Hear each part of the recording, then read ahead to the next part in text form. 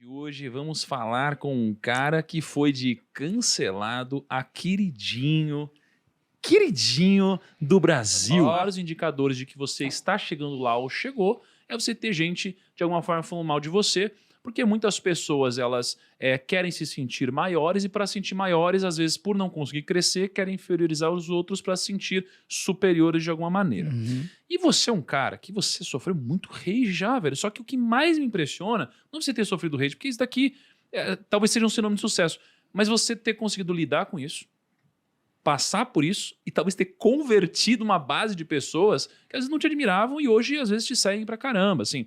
Como que é esse trabalho mental, né, e que você poderia ensinar pra gente de alguma forma de lidar com pessoas que não só não te admiram, como te odeiam e de repente trabalhar pra converter essas pessoas em Caralho. parceiros de negócios, em fãs e paralelo assim a toda essa estratégia, como trabalhar a sua própria cabeça pra você não pirar, Tá, entendeu, cara? vamos lá. São duas perguntas diferentes, né? Uma sobre mim e outra sobre como fazer mudar a opinião dessas pessoas sobre mim. Uhum. Sobre mim, respondendo primeiro sobre mim, não é fácil. Se eu falar aqui que é fácil, não é porque você ficar lendo um monte de coisa que não é legal sobre o seu respeito, mexe com o seu psicológico, óbvio.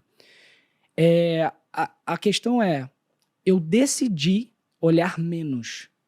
Então, eu deixo isso me afetar menos porque não chega até mim. Se eu quiser ficar lá o tempo todo olhando o meu Twitter e tudo mais, eu vou lá ver um monte de besteira que não vai me somar em nada, que vou perder tempo e eu não vou conseguir mudar a opinião dessas pessoas, porque eu estou lendo o que elas já estão falando sobre mim. Aí eu vou juntar uma pergunta na outra. Então, eu estou lá perdendo meu tempo, não estou fazendo nada de bom e estou sendo impactado por aquela crítica ou por aquele xingamento ou qualquer coisa do tipo que está me deixando para baixo e está fazendo com que eu não produza nada. Então eu paro de olhar isso e penso, essa pessoa não quer me ouvir. Porque o hater, ele não tá afim de te ouvir. A gente só consegue manter um diálogo com alguém que tá afim de te ouvir, de escutar. É o princípio do diálogo. Você não quer me ouvir, não tem diálogo. Então eu entendi que não adiantava eu falar nada. Eu precisava fazer. Então talvez, se eu fizesse, essas pessoas não iam ter mais o que falar ou através das coisas que eu fizesse, ela fosse falar, eu acho que eu me enganei. Porque existem níveis de haters, né? Tem uns que estão totalmente fechados, eles jamais, mesmo que eles gostem de você, eles nunca vão dar o braço a torcer. Total. Esse é o hard. E tem aqueles que não gostam porque ouviram falar uma coisa ou outra. Não tem. Se você parar para conversar com ele, perguntar, mas por que você não gosta dele? E não, é superficial, é raso, ele não tem um argumento mesmo para te dizer, não gosto porque não tem, ele fica patinando. Então, quando você começa a construir coisas diferentes do que aquilo que foi passado para ele, ou que ele absorveu, né, de algum lugar, ele começa a parar e pensar, tipo, putz, cara, por quê? Por que eu tinha essa ideia? Pô, nem era tão assim. Começa assim, nem é tão ruim assim quanto eu achava. Aí, bom, legal, esse cara aí, eu acho que, de repente... E aí ele vai mudando. Então, eu acho que é um processo. Mas eu não acho que é na fala. Eu não acho que é eu chegando e falando. Que é na ação, é isso? Eu acho que é total na ação. Eu acho que o Big Brother, por exemplo, ele foi uma oportunidade. Por que você acha que você ganhou o Big Brother? É um conjunto de situações, eu acho.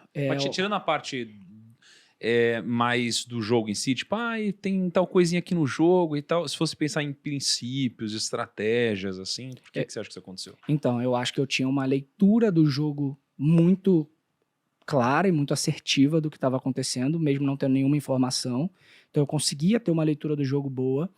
Eu acho que as segundas-feiras, que esse era o jogo da discórdia, foi um momento muito importante ao longo de todo o programa para mim, porque ali eu conseguia me posicionar, ali eu conseguia ter uma oratória bem clara, direta, com uma linguagem fácil e com um storytelling bem cronológico de todos os fatos que aconteceram.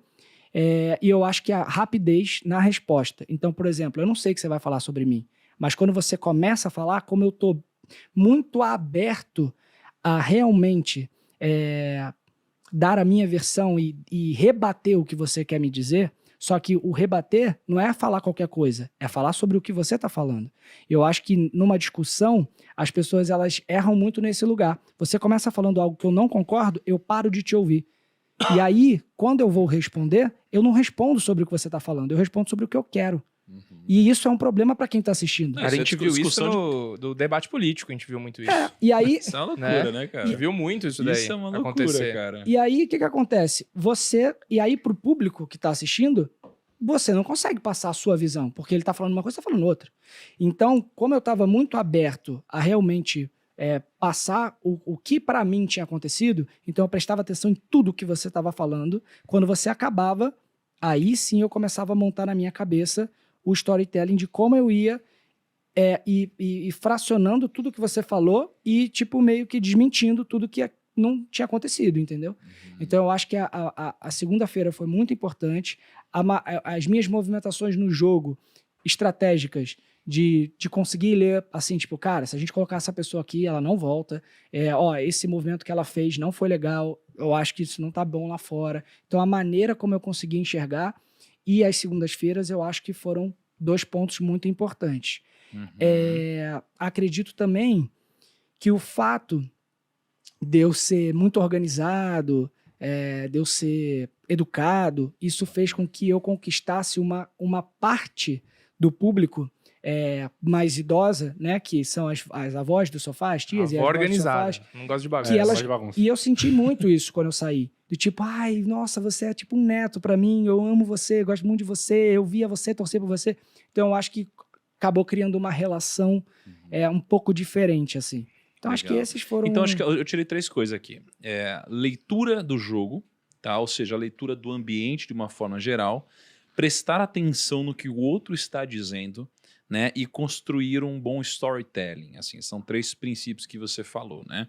E esses 3 princípios, né, pelo que você está mencionando, são coisas que têm a ver com fazer o outro mudar de opinião ou, pelo menos, mudar a percepção que tem sobre você. Total.